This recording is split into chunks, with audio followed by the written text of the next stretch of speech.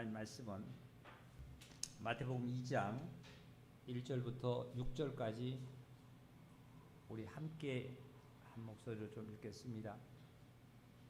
헤롯 왕 때에 예수께서 유대 베들레헴에서 나심에 동방으로부터 박사들이 예루살렘에 이르러 말하되 유대인의 왕으로 나신 이가 어디 계시냐? 우리가 동방에서 그의 별을 보고 그에게 경배하러 왔노라 하니 헤롯 왕과 온 예루살렘이 듣고 소동한지라. 왕이 모든 대제사장과 백성의 서기관을 모아 그리스도가 어디서 나겠느냐 물으니 이르되 유대 베들레헴이오니 이는 선지자로 이렇게 기록된 바 또 유대 땅 베들레헴아 너는 유대 고을 중에서 가장 작지 아니하도다. 내게서 한 다스리는 자가 나와서 내 백성 이스라엘의 목자가 되리라 하였습니다. 아멘.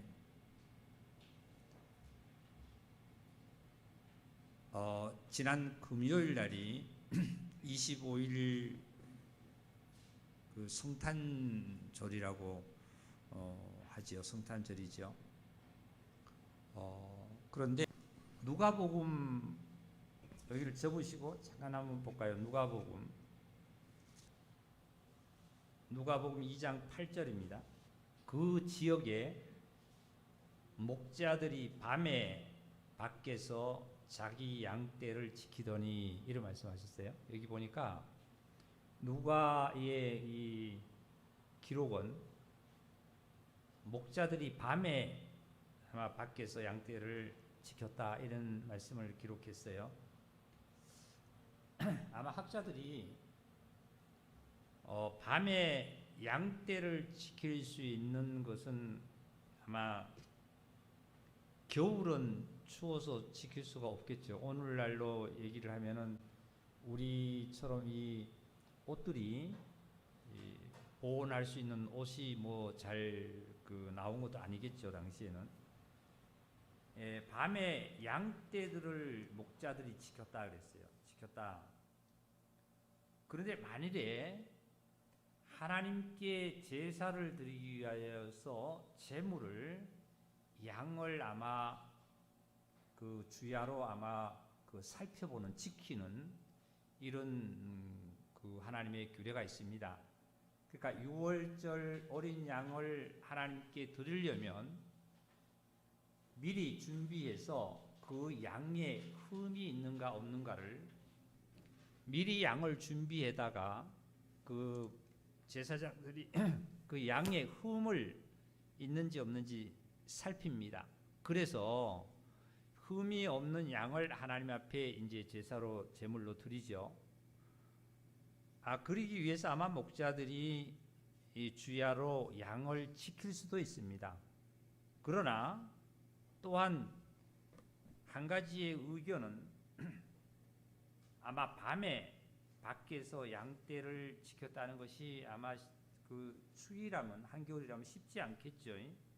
어쨌든 그 목자들이 밤에 밖에서 양떼를 지키더니 주의 사자가 곁에 서고 주의 영광이 그들을 두루 비추매 그가 무서워하는지라. 천사가 이르되 무서워하지 말아라. 내가 온 백성에게 미칠 큰 기쁨의 좋은 소식을 너희에게 전하러 왔다. 그러니까 천사장은 가브리엘 천사자가 있고 아마 루시프 천사도 있고 미가엘 천사도 있습니다. 근데 미가엘 천사는 전쟁을 하는, 그러니까 우리를 대신해서 전쟁을 해주는 천사를 미가엘 천사라 그러기도 하고, 루시프 천사는 이 사탄을 뜻하기도 합니다. 그리고 가브리엘 천사는 기쁜 소식을 전해다 주는 아마 천사라고 합니다. 그러니까 여기에 좋은 소식을 너에게 전해준다 그러니까 가브리엘 천사가 아마 섰는데, 여기에 목자들이 좋은 소식을 전함을 받아도 사실 두렵고 떨리고 또 전쟁으로 말미암아 했는 천사도 그럴 거고, 어쨌든 간에 좋은 소식을 너희에게 전해주러 왔는데 11절 보니까 오늘 다윗의 동네에 너희를 위해서 구주가 나셨으니 곧 그리스도 주시다. 다윗의 동네에서 났다. 이런 얘기했어요. 그 다음에 12절입니다. 너희가 가서 강보에 쌓여 구유에 뉘어 있는 아기를 보리니 이것이 너희에게 표적이라 하더니 호련히 수많은 천군의 천사들과 함께 하나님을 찬송하여 이르되 14절 우리 함께 읽겠습니다. 지극히 높은 곳에서는 하나님께 영광이요 땅에서는 하나님이 기뻐하시는 사람들 중에 평화로다. 14절 보니까 지극히 높은 곳에서는 하나님께 영광이지만 이 땅에서 살아있는 많은 사람들은 들 중에 하나님이 기뻐하신 자들 중에 하나님이 기뻐하는 자들은 어떤 자들이냐면 이 세상의 모든 사람들을 다 하나님은 사랑을 하십니다.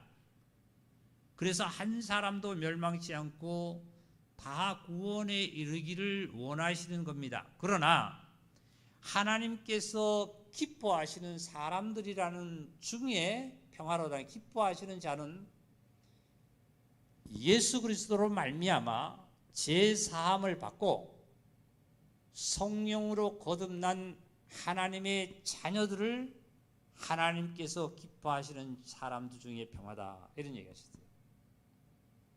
그러니까 구원을 받고 확실하게 하나님으로 말미암아 받을 수 있는 평화를 누릴 수 있는 자에게 그 평화를 줬는데 그 평화가 하나님으로부터 구원을 받은 하나님의 자녀들이라는 거죠. 이 평화를 누린 거예요. 세상 사람들은 이런 평화를 누릴 수가 없는 겁니다. 그래서 누구든지 예수 그리스도를 믿음으로 말미암아 구원을 받아 하나님의 자녀로서 누릴 수 있는 평화를 얘기합니다.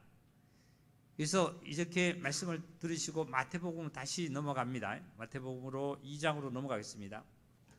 제가 우리 성도님들한테 하나 질문을 드릴게요. 2절을 보니까 이런 말씀했어요. 유대인으로 왕으로 나신 이가 어디 계시냐? 우리가 동방에서 왔다 그랬어요. 우리가 동방에서 와서 그 묘를 보고 유대인의 왕에게 경배하러 왔습니다 하고 헤롯 왕에게 질문을 했어요. 이 자들이 동방에서 온 박사라 그랬습니다. 박사라는 뜻은 아마 간주해 보니까 현인으로 나와 있습니다. 현인은 점술가들, 현인들. 여기에 점술가들이라 그러면은 단순하게 오늘날 그 우상을 섬기는 그러한 자를 칭하지는 않은 것 같아요. 현인들, 다시 말씀드리면 굉장히 천문학적도 여러 가지의 지식에 능통한 자들을 얘기하지 않을까 싶습니다. 그런데 이 동방 박사들이 동방에서 왔는데 이 동방은 어디라고 표현을 하지 않았지요? 예? 동방이라고. 그렇다면 예수님께서 구세주가 이 땅에 탄생을 하셨는데 출현을 하셨는데 우리 형제자매도 어디에서 출현하셨죠? 예루살렘에서 오셨어요. 유대 땅인 베들레헴에 오셨어요. 다 같이 크게 한번 해볼까요? 보세요. 지중해가 있으면 이게 유대 땅입니다. 이 지역이 제가 지도를 대충 한번 그려볼게요. 유대 땅인데 여기가 예루살렘이에요. 예루살렘. 유대의 베들레헴은 여기입니다. 이 지역입니다.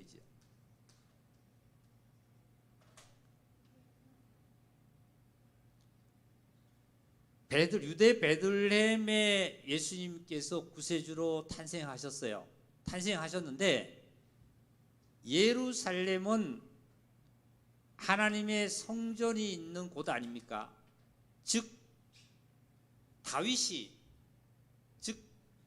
아브라함이 이삭을 하나님께 바칠 때 모리아 산에서 바쳤습니다. 그 모리아산이, 즉 다윗이 하나님의 법궤를 이제 찾아서 다윗성으로 모셔 드릴 때에 웃사라는 자가 그 소에 이끌려서, 그 술에 이끌려서 갈 때에 웃사가 그 다윗의 그 뭡니까, 하나님 법궤를 만져서 웃사가 죽었지 않습니까? 그곳이 어디냐면 타작마당입니다. 타작마당. 오르난 타작마당이라고 합니다. 오르난 타작마당에 그곳에서 하나님께서 그 타작마당을 다윗이 사서 그곳에다가 제단을 쌓고 그리고 하나님 앞에 번제를 드렸어요. 아브라함이 이삭을 바칠 산이 모리아산이 됐고, 그리고 다윗이 하나님의 제단을 쌓고 하나님께 제사를 드린 곳이 어디냐면 오르난 그 타작마당, 그곳이 바로 같은 지역입니다. 같은 지역. 그곳이 솔로몬이 하나님의 성전을 지은 바로 예루살렘입니다. 어쩌게 보면은 성경은 이 구슬이 많은 구슬 중에 수백 개의 구슬을 한 끈에다가 쫙 끼듯이 성경의 사건과 뭐 여러 가지 인물을 통해서 하나님께서 역사하신 것을 성령으로 쫙 끼면 하나가 됩니다. 하나가. 그리고 여기 보시기 바랍니다. 마태복음 2장을 1절을 보시면 헤롯 왕 때에 그랬습니다. 헤롯 왕 때에 예수께서 유대 베들레헴에서 나심에 동방으로부터 박사들이 예루살렘에 이르러 말하되 유대인의 왕으로 나시니가 어디 계시냐. 우리가 동방에서 그의 별을 보고 그에게 경배하러 왔노라. 야, 여기서 한번 말씀을 우리가 한번 하나님의 은혜를 좀 받기를 바랍니다. 예수 그리스도를 최초의 유대인의 왕이라고 입으로 시인하면서 불렀던 자들이 바로 유대 예루살렘에 사는 헤롯도 아니랬고, 헤롯은 이방의 왕으로 표현합니다. 그리고 유대의 백성들인 대제사장도 아니고 바리새인과 사두개인과 유대인들의 백성들이 아니라 바로 동방에서 온 이방의 입에서 유대의 왕이라고 예수 그리스도를 최초의 시인을 한 겁니다. 부른 겁니다.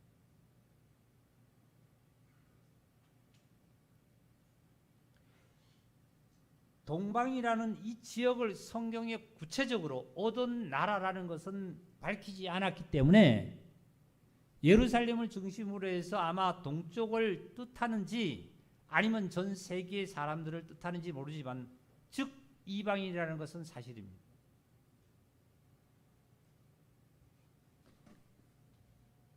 여기 한번 보시기 바랍니다. 메시아가 그리스도가 이 땅에 출현하실 때에 예루살렘 성전에서 출현하신 게 아니라 베들레헴이라는 곳에 가서 출현하셨어요. 그럼 유대인들은 당시에 어떠한 상황이었나 봅시다. 유대인의 왕으로 나시니가 어디 계시냐 하고 동방박사들이 와서 이렇게 처음으로 메시아를 유대의 왕이라 시인을 했습니다. 우리가 동방에서 그의 별을 보고 그에게 경배하러 왔노라 하니 헤롯 왕과 온 예루살렘이 듣고 뭐 했다 그랬어요? 소동했다 그랬어요. 굉장히 당황했다는 거죠. 소동하고. 메시아가 이 땅에 출현을 했음에도 불구하고 메시아를 기다렸다는 자들인 유대인들이, 대제사장들이 혼돈하고 소동하고 아주 공허하고 환난 가운데 있었다는 거예요. 그런데 동방 박사들은 점술가라고 표현을 했지만 실질적으로 오늘날 우상을 섬기는 자들이 아니라고 제가 얘기했습니다. 그것을 그렇게만 보지 않는다고 했어요. 현인들이라고 했습니다. 현인들. 어질 현자를 쓰기 때문에 어진 자들, 그러니까 이 자들에게는 하나님의 지식이 없습니다. 즉 구약의 메시아가 이 땅에 출현한다는 어떤 지식이 전혀 없지만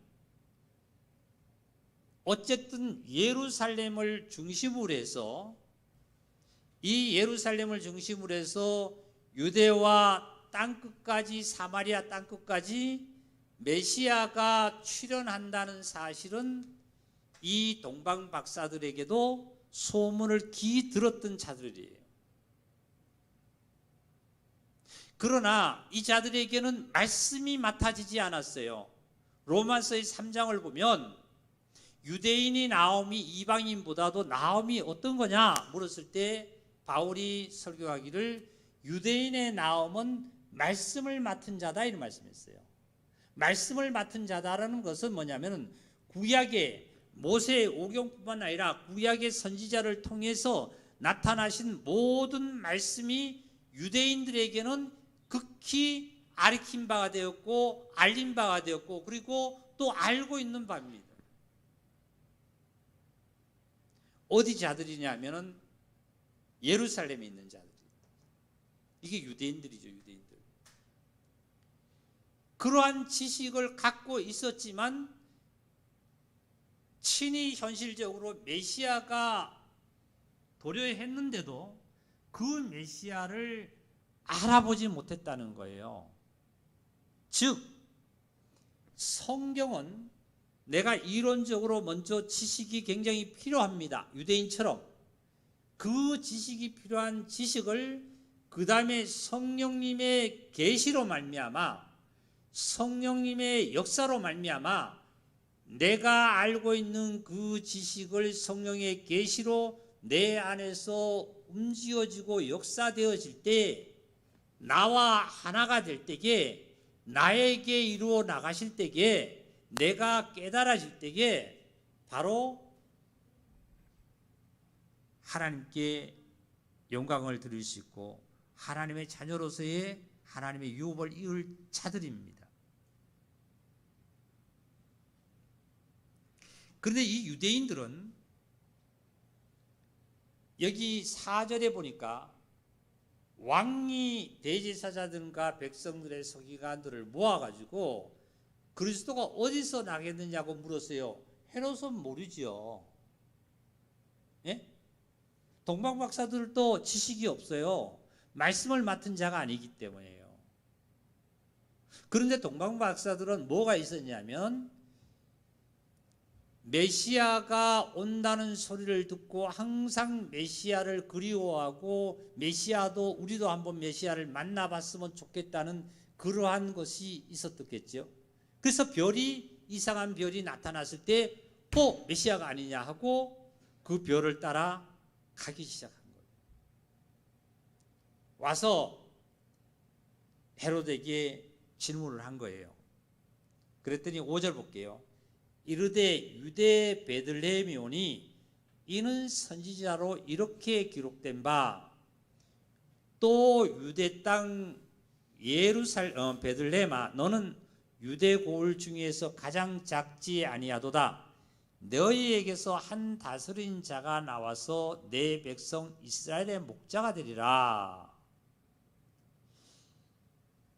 선지자 유대의 베들레헴이라는 이것이 누가 얘기를 하는가 하면 대제사장들과 백성들의 서기관들을 모아가지고 헤롯이 물어봤더니 그때야 대제사장들은 지식으로 말씀을 맡은 자이기 때문에 유대인들은 하나님의 법을 받아서 하나님의 말씀을 듣고 있는 자이기 때문에 지식은 알고 있었지만 현실적으로는 생활로는 성령의 역사에 이끌림을 받지 못하다 보니까 메시아가 도래한 것을 못 느끼는 거예요.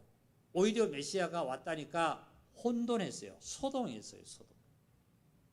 마태복음 25장을 좀 찾겠습니다. 25장 제가 1절을 읽겠습니다. 천국은 마치 등을 들고 신랑을 맞으러 나간 열처녀와 같다 하리니 그 중에 5은 미련하고 5은 슬기 있는 자라. 미련한 자들은 등을 가지되 기름을 가지지 아니하고 슬기 있는 자들은 그릇에 기름을 담아 등과 함께 가져갔더니 신랑이 더디오므로 다 졸며 잘세. 밤중에 소리가 나되 보라 신랑이로다 맞으러 나오라 하매 이에 그 처녀들이 다 일어나 등을 준비할세. 미련한 자들이 슬기 있는 자들에게 이르되 우리 등불이 꺼져가니 너희 기름을 좀 나눠 달라 하거늘 슬기 있는 자들이 대답하여 이르되 우리와 너희가 쓰기에 다 부족할까 하노니 차라리 파는 자들에게서 가서 너희 쓸 것을 사라 하니 그들이 살아간 사이에 신랑이 오므로 준비하던 자들이 함께 혼인잔치에 들어가고 문은 닫힌지라. 그 후에 남은 처녀들이 와서 주여 주여 우리에게 문을 열어달라 했더니 대답하되 진실로 너에게 이르노니 내가 너희를 알지 못하노라 하더라. 우리 다 같이 13절만 읽겠습니다. 그런즉 깨어 있으라 너희는 그날과 그때를. 이 말씀은 예수님 때도 지금도 동일한 말씀이겠죠. 그런즉 깨어 있으라 너희는 그랬습니다. 너희는 바로 누구를 가리킵니까? 나를 가리키잖아요. 너희는 깨어 있으라. 그날과 그때가 언젠지 모르겠다 말이죠. 언젠지 모르겠다. 지금 등은 똑같이 10명이 처녀가 다 준비를 했습니다. 처녀들입니다. 처녀들. 다 준비했는데 기름이 없었잖아요. 성령님의 역사가 없었잖아요. 예수님이 이 땅에 처음에 출현하실 때도 오실 때도 똑같이 쉽게 얘기하면 이 자들이 유대인들은 등을 가졌지만은 기름이 없이 있다가 오니까 소동했다 그랬어요. 소동했다. 누구처럼? 헤롯처럼 소동한 거예요.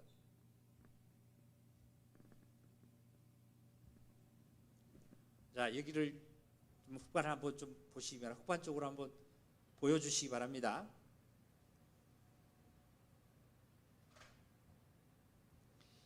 말라기, 구약의 말라기 선지자를 읽는 다음에 예수님이 이 땅에 임하시기까지, 예수님이 출현하시기까지 이 기간을 약 뭐 한 400년이라 그럴까요? 이 400년 동안 굉장히 환난과 고난이라는 이 기간이 됐습니다. 이 기간을 암흑 기간이라고 하고 암흑 시대라고 그러기도 합니다. 시대 변천사를 보면 굉장히 환난과 고난의 기간입니다. 진리이신 그리스도의 생명의 빛이 말라기 선지자가 나타나서 항상 백성들에게 말씀을 전했고, 그리고 그 전에 선지자들로 말미암아 계속 전함을 받았었는데 말라기 선지자가 끝난 이후로부터는 이때까지 예수님이 출현하실 때까지는 선지자가 나타나서 어떤 하나님의 말씀도 우리에게, 백성들에게, 모든 민족들이 일려주지 않았었습니다. 이때 사람들은 어떻게 살았을까요? 굉장히 환난과 고난 속에, 고통 속에 살면서도 메시아는 온다는 것은 유대인이 알고는 있었지만은 메시아를 기다리고 깨어 있지 않았습니다.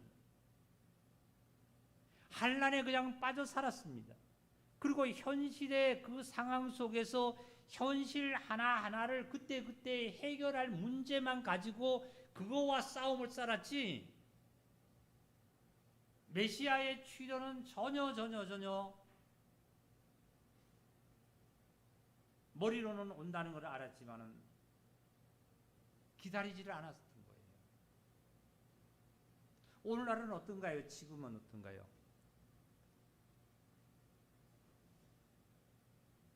지금은 오늘날 코로나가 지금 굉장히 우리에게 위협을 하고 있습니다. 사실은 코로나보다도 무서웠던 질병들이 우리에게 지금까지 수십 번, 수만 번이 있었잖아요. 우리나라 같은 경우는 전쟁도 많았지요. 그리고 여러 가지의 질병과 문둥병과 메르스와 여러 가지의 IMF뿐만 아니라 여러 가지 우리의 힘듦이 엄청이 많았습니다. 지금 사람들은 현실이 코로나라는 이 상황이 닥치니까 현실이가 이게 최고 무섭다고 생각하지만 이게 지나가고 나면 앞으로 또 안 올 것 같지만 또 그 현실에 닥치면 최고 무섭다는 질병이 뿐만 아니라 한란이 여러 가지의 고난이 옵니다. 이게 세계사고 인생에 살아가는 하나의 변천 과정이죠.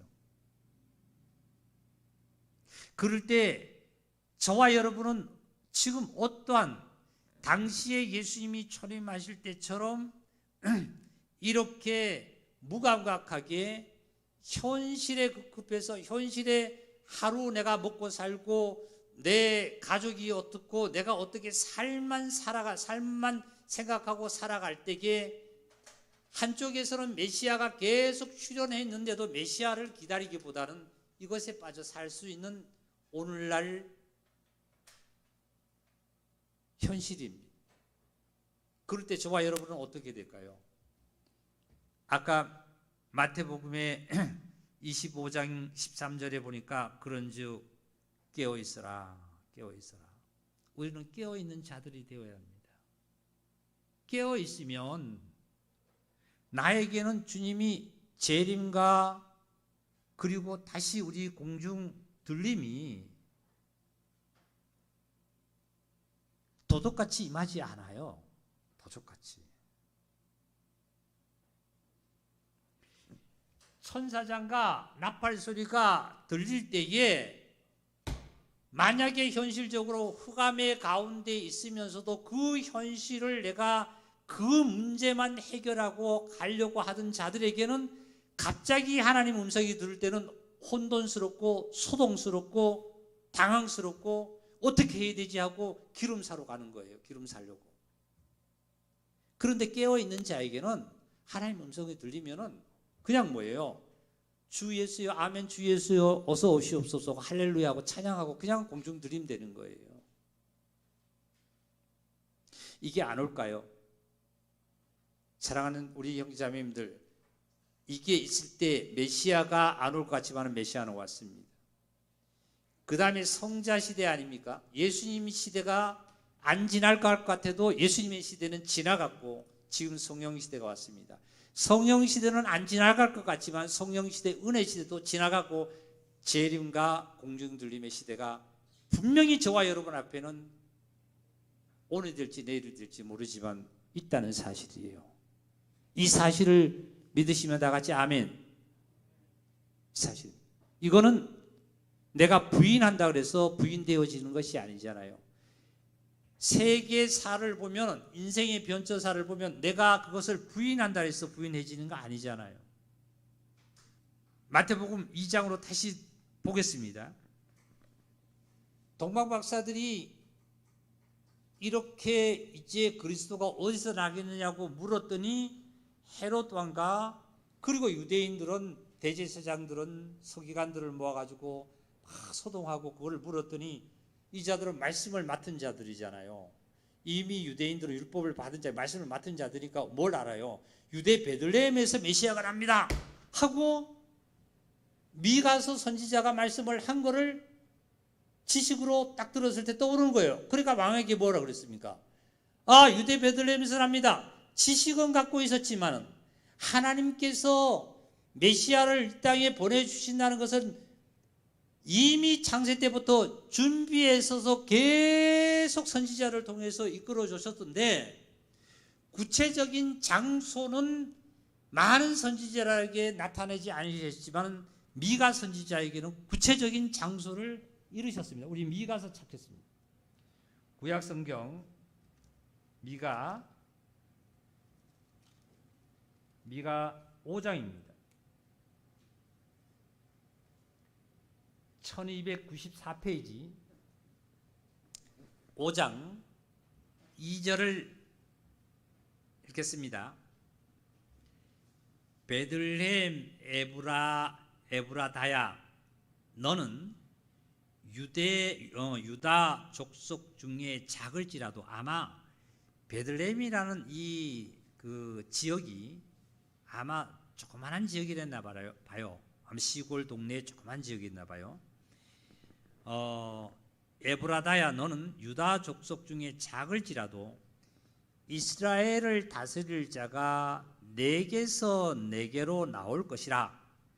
그의 근본은 상고에 영원히 있으니 그러므로 여인이 해산하기까지 그들을 붙여두시겠고 그 후에는 그의 형제 가운데서 남은 자가 이스라엘 자손에게로 돌아오리니 이런 말씀하셨어요.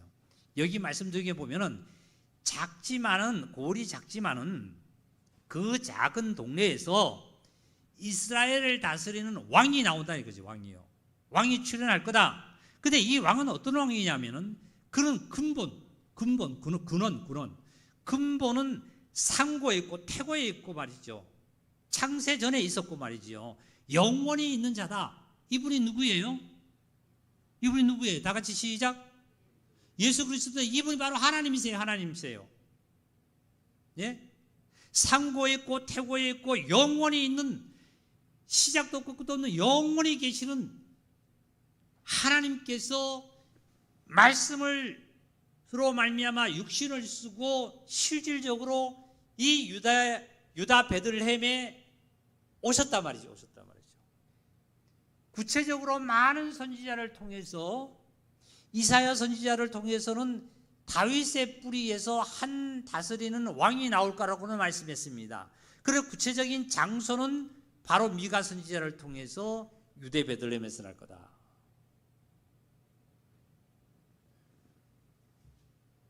근데 이 서기관들은, 대제사장들은 이거 잘 알고 있어요. 왜요?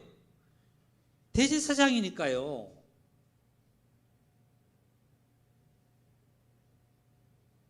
오늘날 예수님을 믿는다고 하는 우리 기독교인조차도 하나님을 너무나 잘 알고 있죠. 하나님에 대해서, 예수님에 대해서 알고 있어요. 근데 정작 다시 예수님이 재림하실 때 휴거될 때에 깨어있지 못하고 참으로 휴거가 되지 못한다라면 이거 비참하잖아요. 다시 말씀드리면 여기 아까 마태복음에 보니까 뭐라 그랬어요? 소동했다 그랬어요. 소동했다. 어쩔 바를 모르면서 당황하고 부끄럽고 결국은 미련한 5 처녀는 천국에 들어가지 못했잖아요.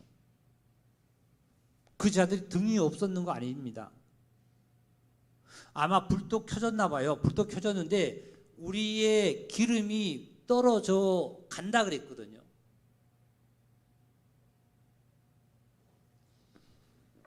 이 시대에 실제로 뭐예요? 환난과 고난이 계속 있었습니다. 현실이 너무 힘들어요. 힘들다. 먹고 사는 게 힘듭니다. 먹고 사는 게 빠지고 세상에 빠지고 뭐에 빠져 살다 보니까 메시아가 출현한다는 사실, 즉 재림 예수와 재림 그리스도와 그리고 휴거가 된다는 심판이 있다는 사실, 하나님이 살아서 움직이고 역사하시는 사실을 까맣게 잊고 그냥 그때마다 상황에 살아가는 거예요.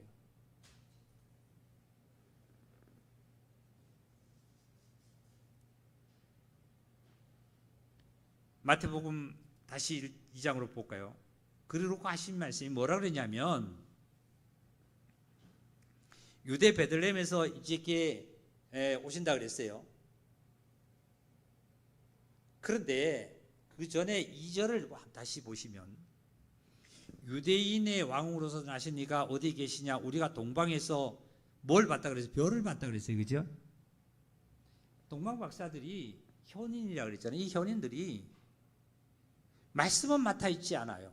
만약에 이 현인들한테, 동방 박사들한테 유대 베들레헴에서 난다는 걸 분명히 자기네들이 말씀을 받아가지고 알고 있었다라면, 지식이 있었다라면 바로 유대 베들레헴으로 갔을 건데, 이 이방인들은, 동방 박사들은 말씀이 맡아 있지는 않잖아요. 말씀은 없잖아요. 그러니까 분명히 뭐냐면 메시아는 기다렸던 거예요. 왜요? 예루살렘에서부터 메시아가 출현한다는 것을 분명하게 듣고 소문이 있었어요. 저와 여러분도 이방인이랬지만 실질적으로 예수님이 이런 분이다, 하나님이 어떤 분이다는 것을 듣고 있어가지고 이렇게 하나님을 믿으면 천국 간다더라 이런 말씀을 듣고 알고는 있었어요. 근데 구체적으로는 몰랐어요. 그러니까 이 자에게, 동방 박사들에게 하나님께서 징조를 하늘에다가, 땅이 아니라 하늘에다가 별로 나타나셨던 거예요. 기다리는 자에게. 제가 이렇게 한번 정리해 볼게요. 하나님을 사모하는 자에게 하나님의 성령님의 계시가 있다는 거예요. 굉장히 중요한 말씀입니다. 다시 한번 제가 정리를 말씀드려볼게요. 하나님을 사모하는 자에게, 깨어있는 자에게 성령님의 계시가 있다는 거예요. 깨어있지 않고 하나님을 사모하지 않는 자에게는 성령님의 계시가 없어요. 계시가 있어도 그 계시를 못 깨닫습니다. 저도 체험을 참 많이 합니다. 제가 어떠한 일이라든지 어떠한 생활이라든지 하다가 어떤 것에 이렇게 힘들고 아니면 어떤 것이 이렇게 짜증나는 게 있고 여러 가지 세상의 일이 막 잡히면은 하나님의 말씀을 들어도 하나님이 없다는 걸 모르는 거 아니잖아요. 하나님이 참 있다는 걸 모르는 거 아니잖아요. 그리고 성경에 대해서 잘 알고는 있지만 계시가 없다 보니까 말씀을 읽어도 들어도, 그리고 설교를 들어도, 찬송을 해도, 또한 기도를 해도 내 안에 성령의 계시로 내가 깨달아지지를 않아요. 얼마나 교만했는지 아세요? 이 유대인들이.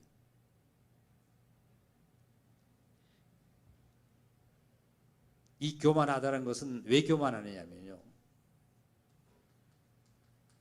머리에 지식이 너를 망하게 했다 그랬어요. 지식. 차라리 동방 박사는 메시아가 출현한다는 것을 소문을 들었고 메시아를 어떻게든지 한번 만나야 되겠다는 그러한 모든 사모가 있었을 때 계시를 하나님께서 해주셨습니다. 그런데 유대인들은 머리에 지식은 있어서 교만하다 보니까 다 알고는 있었지만 메시아가 출현해도 메시아를 영접지 못했어요.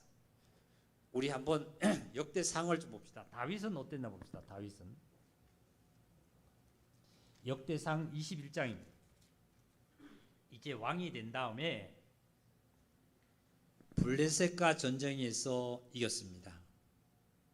그리고 암몬 사람들을 쳐서 이겼고 라바 사람들을 쳐서 이겼고, 이제 다윗은 승전의 소식이 계속 다윗에게 들려왔습니다.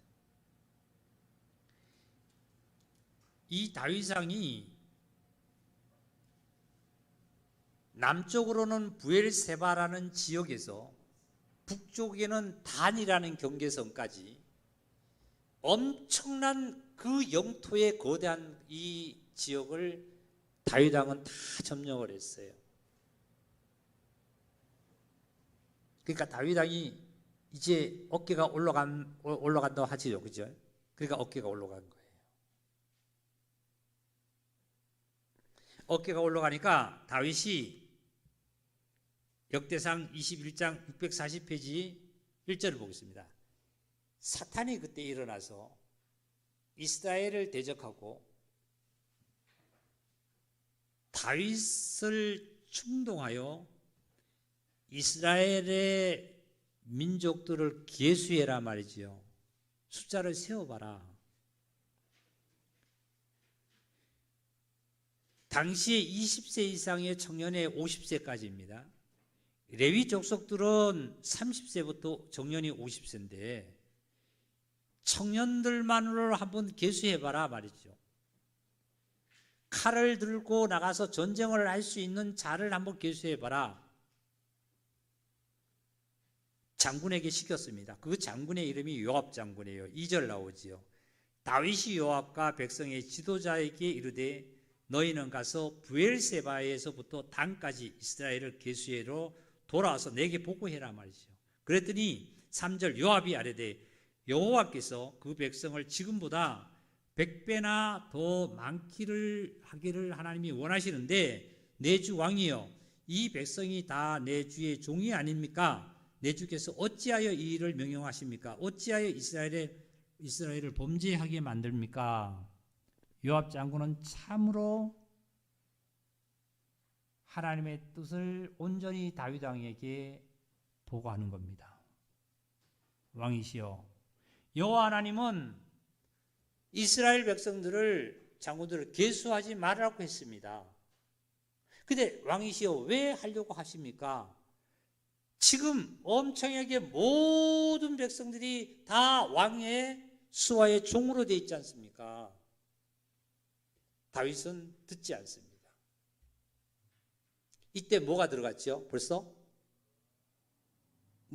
이 다윗에게 누가 들어갔어요? 벌써? 사탄이 들어간 거예요. 사탄이 충동질을 해서 다윗에게 들어간 거예요. 다윗 듣지 않아요. 듣지 않고 다시 어명을 내립니다. 하라고. 조사해 오라고. 자, 그랬더니 6절 읽겠습니다. 요압 장군이 왕의 명령을 마땅치 않게 여겨 레위와 베냐민 사람은 계수하지 아니하다. 레위와 베냐민, 레위 지파는 제사장 지파입니다. 제사장 지파와 베냐민 지파는 원래 하나님께서 계수하지 마라 그래서 모세도 아예 계수 안 했습니다. 숫자 쓰지 않았습니다. 근데 요압 장군은 얼마나 이것도 보면 하나님의 뜻에 맞도록 한 건데 왕의 현실적으로 명령을 거역하는 수밖에 거역할 수 없어서 이제 조사를 해 옵니다. 8절입니다. 7절입니다. 하나님이 이 일을 악하게 여겨사 이스라엘을 치심해 다윗이 하나님께 아뢰되 내가 이 일을 행함으로 큰 죄를 범하였습니다. 이제 간과없느니 종의 죄를 용서하여 주옵소서. 내가 심히 미련하게 행하였습니다. 이렇게 했어요. 그랬더니 하나님께서 자 이제 다윗 왕이 명령을 내려서 요압 장군에게 인구를 조사해 와라 그랬어요. 그때 조사해 왔으니 하나님께서 이스라엘을 치기 시작합니다. 이제 벌을 주기 시작하니까 다윗이 회개를 하는 거예요. 내가 이렇게 시켰습니다 하고 회개를 해요. 근데 이 다윗은 어떻게 회개를 참 하나 봅시다. 16절을 읽어볼게요. 16절. 다윗이 눈을 들어보매 여호와의 천사가 천지 사이에 섰고 칼을 빼어 손에 들고 예루살렘 하늘을 향하여 편지라. 다윗이 장로들과 더불어 굵은 배를 입고 얼굴에 땅에 대고 엎드려 하나님께 아뢰되 명령하여 백성을 계수하게 한 자가 내가 아닙니까? 범죄하고 악을 행한 자는 곧 납니다. 이 양떼는 그러니까 이스라엘 백성들은 무엇으로 행했습니까? 죄를 범했습니까? 청하건대 나의 하나님 여호와여 주의 손으로 나와 내 아버지 집을 치시고 주의 백성에게 재앙을 내리지 마옵소서. 자, 여기 한번 보세요. 제가 한번 그림으로 한번 대충 한번 도와볼게요. 지금 부엘세바에 있어요. 이 부엘세바가 지역적 지도를 계속 여기인데요. 부엘세바가 여기예요. 그리고 다는 북쪽으로 이 정도 있습니다. 여기가 이제 예루살렘 쪽인데요. 예루살렘. 여기에 지역에서부터 남쪽으로는 부엘세바의 경계에서부터 북은 단까지 이 엄청난 영토의 인구를 다 다윗이 점령을 다 했습니다. 그리고 인구를 계수하라 그랬더니 하나님께서 이제 재앙을 내렸습니다. 그랬었는데 이제 하나님께서 여기 있는 자들을 다 이스라엘 백성들을 하나님 앞에 재앙을 해서 이제 죽이니까 죽이고 나서 예루살렘의 천사가 칼을 들고 들어가서 죽이려고 하고 시작하고 있습니다. 사랑하는 성도들, 지금 이 말씀을 들으면서 제가 성경 공부를 가르치는 게 아닙니다. 자세히 하는 것은 영적인 어떤 비밀을 지금 계속 전달하고 있는데 영적인 비밀을 깨달으셔야 돼요. 이게 계시예요, 계시. 안 그러면 지식은 여러분 읽어보시면 다 알아요. 다 알아요. 예루살렘을 치려고 이제 칼을 들고 천사등이 예루살렘에 있는 자들도 죽이러 갑니다. 여기 다 죽였다 그랬어요, 지금. 많이 죽이고 치려고 들어갑니다. 치려고 들어갈 때에, 자, 보세요. 어디를 읽으시냐면은 15절을 읽겠습니다.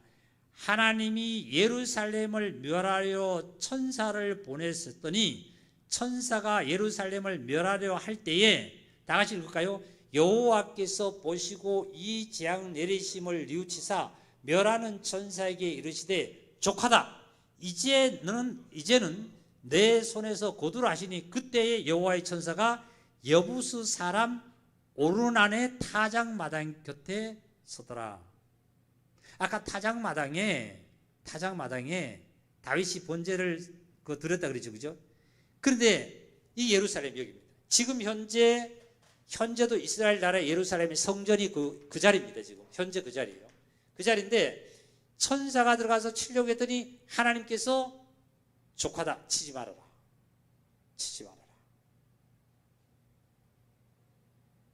어떤 재앙을 내려냐면요, 하나님께서 갓 선지자를 통해서 세 가지 재앙을 얘기를 했습니다. 10절입니다. 10절. 가서 다윗에게 갓 선지자에게 이르되 하나님께서 여호와의 말씀이 내가 네게 세 가지를 내어 놓으리니 그 중에 너는 하나를 택하라.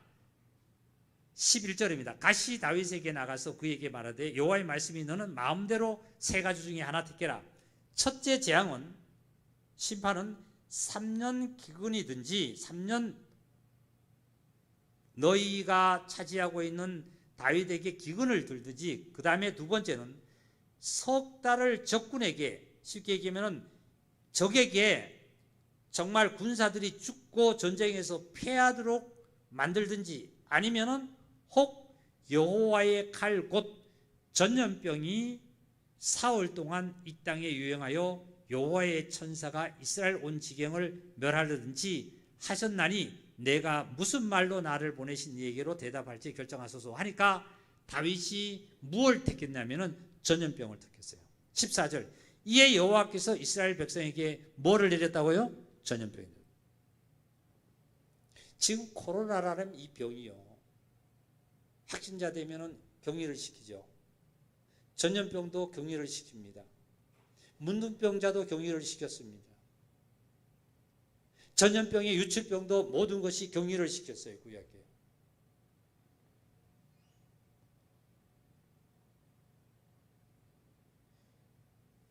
지금 이러한 다윗에게, 아주 다윗이 하나님의 축복을 했던 이 다윗에게 왜 이렇게 했을까요? 순간에 다윗에게 순간적으로 싹 머리에 스쳐가는 것이 뭐냐면은, 전쟁은 여호와께 있다는 것을 잊어버리고 자기 군사가 든든해서, 많아서, 병력이 많아서 자기가 용장이 돼서 전쟁에서 모든 큰 영토를 차지했다는 생각 속에 순간으로 머리에 싹 스쳐간 것이 사탄이 콕 집어넣고,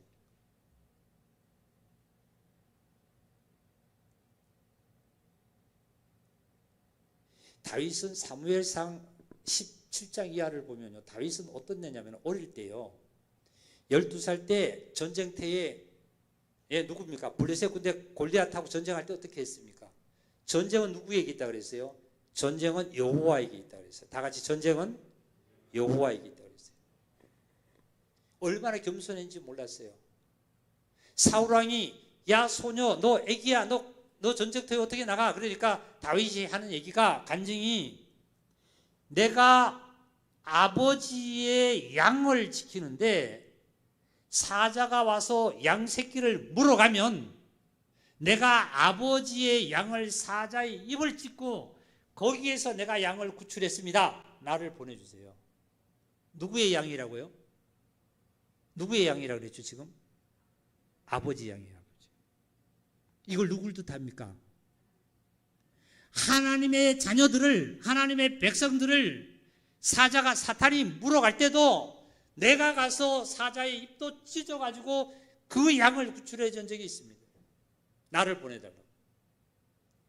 여호와께 전쟁이 있는데 할례 받지 못한 저 자들을, 개와 짐승만도 못한 저 자들을 어떻게 천지를 창조하신 여호와 하나님을 욕하느냐고 평소에 물맷돌을 5개 주서 이거 뭐 하는 거예요? 평소에 목동이 양을 치면서 어떻게 지키면서 이리와 사자를 쫓아냈는데 물맷돌을 사용할 그걸 평소에 가지고 전쟁이 때 나갔던 거예요. 그걸 블레셋을 이겼잖아요. 골리앗을 넘어뜨렸잖아요. 이러한 다윗이 됐습니다. 근데 이 다윗이 왜 여기 와서는 이 사단의 농락으로 순간에 개수해버렸을까요? 지금 저와 여러분에게도 오늘날도 내가 어떠한 것이 고린도전서 10장의 12절인가 말씀 적이면 선주로 아는 자는 넘어질까 조심하라는 말씀대로 내가 어느 선에 있는 이 사행활 속에서는 정말로 더욱더 하나님께 겸손해지고 하나님 앞에 낮아지고 그리고 내가 더욱더 깨어서 삶을 살아갈 때 내가 하나님의 온전한 사랑을 유지해 나갑니다. 그러나 한편으로는 우리의 위로는 사탄도 하나님이 쓰는 도구에 지나지 않아요. 욥을 보면 사탄과 욥이 하나님 앞에 와 섰을 때 사탄이 하나님께 그랬잖아요. 이 욥이라는 사람이 의롭다 그러는데 어떻게 의로운 줄 아세요? 하나님께서 치시면 욥도 부인할 겁니다. 하나님. 그러니까 한번 하나님 한번 쳐보세요 그랬어요. 그랬더니 하나님께서 그래 너 한번 욥을 유인해봐라. 뭐는 건드리지 말고 생명만큼은 건드리지 말고 너 쳐봐라 그랬어요. 보세요. 이리 보세요. 죽음의 천사가 칼을 들고 연병을 가지고 전염병을 가지고 예루살렘에 들어가는데 하나님이 어떻게 해요? 보호했죠. 그죠? 들어가라 그래서 들어가지 마라 그랬어요. 예루살렘에는 죽이지 마라 그랬죠. 여기 보니까 어디를 보시냐면 16절입니다. 다윗이 눈을 들어 보니까 여호와의 천사가 천지 사이에 섰고 칼을 빼어 손에 들고 예루살렘 하늘을 향하여 버틴지라. 다윗이 장로들과 더불어 굴구배로 이렇게 했어요. 이제 회개하는데 고전에 보니까 15절에 보니까 하나님이 예루살렘을 멸할 천사들을 보내 천사가 멸할 때 여호와 하나님이 보시고 이를 재앙을 내리심을 뉘우치시고 멸하는 것을 이제 족하다 하고 예루살렘은 전염병을 줬어요 안 줬어요? 안 준 거예요. 안 준 거. 예루살렘이는. 요거만큼은 하나님께서 이제 족하다 하고 예루살렘에 못 들어갔습니다.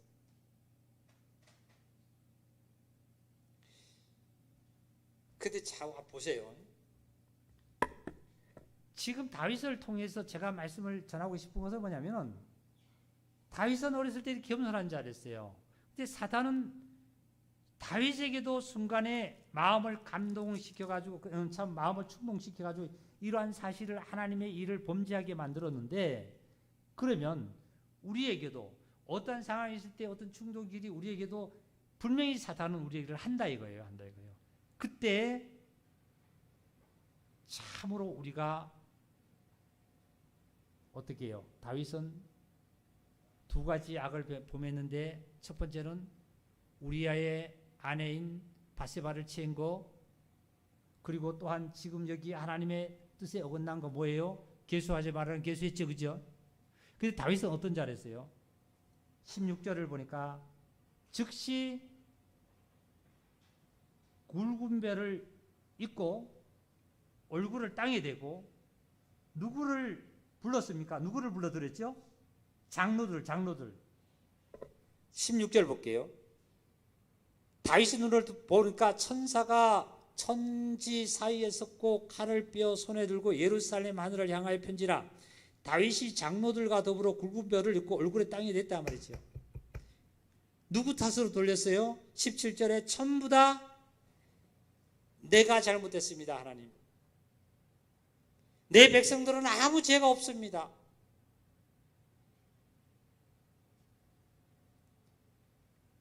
교회에서 첫째 코로나 상황뿐만 아니라 현실의 상황은 교회 목사와 우리 집사님들을 중심으로 해서 하나님께 이렇게 구하고 회개하고 모독을 해야만 합니다. 세상적으로 보면 모든 지도자들이, 정치 지도자들, 모든 지도자들이 먼저 내 탓이 아니요 남의 탓이라고 그러고 모든 걸 떠내는 것이 있는 것이 아니라 다윗처럼 이러한 정말 자기를 하나님 앞에 얼굴을 땅에 대고 벼옷을 입고 회개하는 이러한 역사가 있어야 될 거예요. 이 유대인들의 교만이 바로 아까 예수님을 메시아를 영접하지 못하는 이거예요. 조금만 더 말씀드릴게요. 마태복음 다시 돌아갑니다.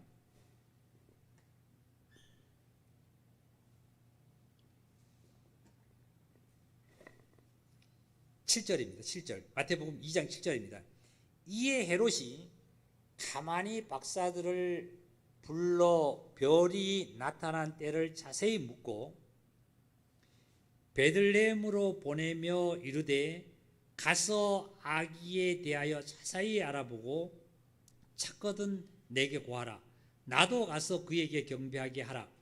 박사들이 왕의 말을 듣고 갈새 동방에서 보던 그 별이 문득 앞에서 인도하여 가다가 아기 있는 곳에 머물러서 있는지라. 지금 이 동방 박사들이 별을 언제 첫 번째 봤냐면 2절에 먼저 봤어요. 2절에 별을 보고 별을 따라 가지고 왔는데 예루살렘까지 왔죠. 예루살렘까지 왔어요. 와서 이제 베들레헴에까지 가야 되는데 모르니까 예루살렘에서 물었습니다. 그때 물을 때 헤롯 왕과 대제사장들은 이리 한때 이제 소동을 할 때 별은 동방 박사에게 그리고 또한 누구에게요? 헤롯에게 대제사장에게 별이 안 보였던 거예요. 감춰졌어요. 근데 언제 나타났냐면은 이제 헤롯이 얘기를 한 다음에 가라 그러고 찾으면 나에게도 얘기하자고 그때 떠나서 대제사장과 모든 걸 헤어지고 나서 가다가 별이 인도해서 그 별이 다시 나타나서 그 별을 따라가 봤더니 바로 거기에 아기 예수님이 탄생하신 거예요. 만약에 헤롯한테 물을 때 헤롯도 그리고 대제사장도 그 별을 봤다라면 볼 수 있는 눈이 있었다면 얼마나 좋았겠어요. 근데 그 볼 수 있는 눈이 없는 거예요. 별이 하나님께서 별을 감춰버렸던 거예요.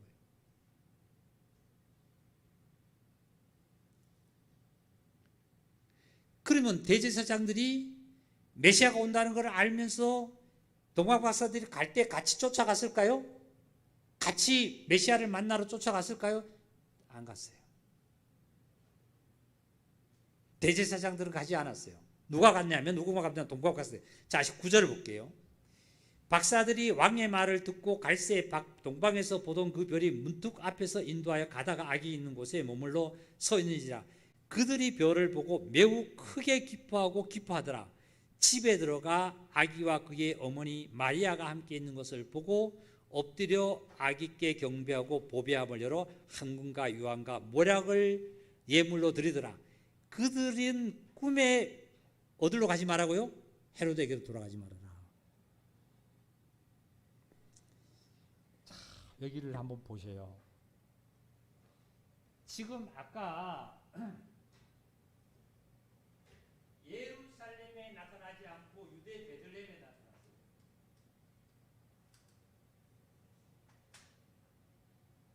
이방인 동방 박사들이 최초의 입으로 유대인의 왕이라고 그리스도를 칭했습니다. 이걸 뭘 뜻할까요? 오늘날 지금도 보면 유대인의 왕으로 오신 예수 그리스도를 유대인들이 영접지 아니하고 이방인들의 입에서 먼저, 저와 여러분의 입에서 먼저 예수 그리스도가 유대인의 왕이요 나의 왕이요 나의 구세주라는 것을 시인하게 만드셨어요. 마지막으로 생활로 볼게요. 저와 여러분이 지금 여러 가지 상황으로 나의 삶이 힘들고 환난스럽고 고통스럽다 할지라도 깨어서 하나님께서 예수 그리스도께서 다시 재림에 이것을 깨어 있지 않는다라면 메시아가 출현하는 유대인이 영접 못하듯이 영접 못할 수도 있지 않을까요? 데살로니가전서 5장을 읽고 마치겠습니다. 5장 읽겠습니다. 신약성경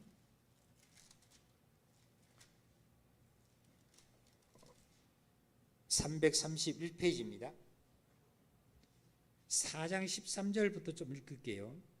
형제들아, 자는 자들에 관하여는 너희가 알지 못함을 우리가 원하지 아니하노니 이는 소망 없는 다른 이와 같이 슬퍼하지 않게 하려 함이라. 즉 이 자는 자들은 믿음 안에서 이제 세상으로 얘기하면 죽었다는 사람들입니다. 그리스도 안에서 잠자는 자들이에요.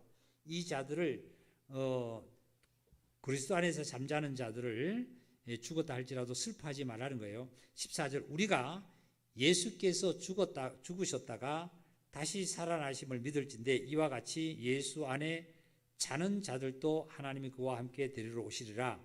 재림 때 그 자들도 데리러 오신다 이 말씀입니다. 우리가 주의 말씀을 너희에게 이것을 말하노니 주께서 강림하실 때까지 우리 살아남은 자도 자는 자보다 결단코 앞서지 못하리라. 주께서 천사장과 호령과 천사장의 소리와 하나님의 나팔 소리로 친히 하늘로부터 강림하시리니 그리스도 안에서 죽은 자들이 먼저 일어나고 그 후에 우리 살아남은 자들도 함께 구름 속으로 끌어올려 공중에서 주를 영접하게. 이게 휴거입니다. 그리하여 우리가 항상 주와 함께 있으리라. 그러므로 이러한 말로 서로 위로하라. 형제들아, 때와 시기에 대하여는 너희에게 쓸 것이 없음은 주의 날이 밤에 도적같이 이룰 줄을 너희 자신이 자세히 알기 때문이라. 그들이 편안하다 안전하다 할 때에 임신한 여자에게 해산의 고통에 이름과 같이 멸망이 갑자기 그들에게 이르니 결단코 피하지 못하더라. 우리가 다 같이 4절 읽겠습니다. 형제들아, 너희는 어둠에 있지 아니하매 그날이 도둑같이 너희에게 임하지 못하라니 너희는 다 빛의 아들이요 낮의 아들이라. 우리가 밤이나 어둠에 속하지 아니하였나니 6절 또한 크게요. 그러므로 우리는 어떻게 해요? 다른 이들과 같이 어떻게 하지 말고 자지 말고 오직 깨어 정신을 차리라. 이런 말씀입니다. 첫째는 어떤 자가 먼저 일어나냐면 예수님이 천사장과 나팔 소리로 오실 때기에 그리스도가 오실 때기에 먼저 구원받고 앞서서 이 땅에선 죽었다 하는 자들 있죠. 그 자들이 먼저 일어나고 그 다음에 저와 여러분들이 끌어올려지고 공중으로 끌어올려지고 그리고 이제 누굽니까? 나중에 유대인들이 지금 현 진짜 유대인들이 환난 가운데 구원을 받게 되어 있습니다. 이 사실을 저와 여러분들은 고대하고 기대하고 소망을 갖는 믿음을 가진 자들이기 때문에 자지 말고 깨어서 정신을 꼭 차리고 우리는 그리스도를 영접할 수 있습니다. 이게 무슨 뜻이냐면 지금도 내가 세상에 치여 있지 않는다라면 기도한다든지 말씀을 들을 때 말씀을 들으면 속에서 어떻게 해요? 그냥 영접이 되잖아요. 그런데 만약에 내가 세상에 치여 있다든지 어떤 세상의 한란으로 내가 막 머리가 복잡하고 마음이 복잡하고 생활이 복잡할 때는 하나님의 말씀을 들어도 멍하게 들립니다. 안 들려요. 나하고는 멀어, 거리가 멀어. 상관없이 들려. 그러면은 천사장한 나팔 소리가 들려도 주를 영접 못하는 것과 똑같은 거예요. 그날에 가서 그리스도가 공중에서 영접할 때 우리가 실질적으로 끌어올리적인 것도 고대하지만 지금 현재 하나님의 말씀이 여러분한테 이 시간도 들렸다라면 이 들릴 때 여러분 심령 속에 아멘하고 들렸을 거예요. 이게 바로 도적같이 임하지 않고 저와 여러분은 영접한 거예요. 예수님께서 이렇게 출현하신 것은 저와 여러분을 구원하러 예수님이 오셨고, 그리고 동방박사들에게 먼저 유대인의 왕이다, 나의 왕이라고 시인을 할 수 있도록 만든 하나님께 얼마나 감사한 거냐고. 만약에 예루살렘에서 만약에 예수님이 오셨다라면 이방인들이 예루살렘에 성전 안에 못 들어가잖아요. 저와 여러분이 구원받을 길이 없을 수도 있어요. 어떻게 보면 이 성경은요, 나를 구원하시기 위해서 하나님께서는 창세 때부터 준비하셔가지고 천지 창조하시고, 그리고 많은 선지자 사건을 다윗까지 여러 가지를 통해서 예수 그리스도를 출현하시고, 예수 그리스도가 쭉 이뤄놓으시고 사도들을 통해서 쭉 이뤄놓으시 말씀하신 것이 결국 보면 나와의 초점을 맞추기 위해서 하나님이 역사하셨다는 거, 그리고 앞으로도 역사하고 계신다는 거, 얼마나 감사한 거죠. 아니, 사람과 사람끼리 만나도 나는 너를 정말 도와주고 너가 나를 도와준다면 서로가 얼마나 좋아요. 의지가 되잖아요. 그런데 천지를 창조하시고 천지를 다스리시는 여호와 하나님이 나를 도와주고 나의 하나님이 됐고 나의 아버지가 됐고 나는 아들이 됐으니 우리가 무엇이 세상에서 두렵습니까? 하여튼 승리하시고 하나님의 축복이 여러분 가정에 하늘의 평화가, 하나님의 평화가 충만히 이루어지실 줄 믿습니다. 예, 말씀 마치겠습니다.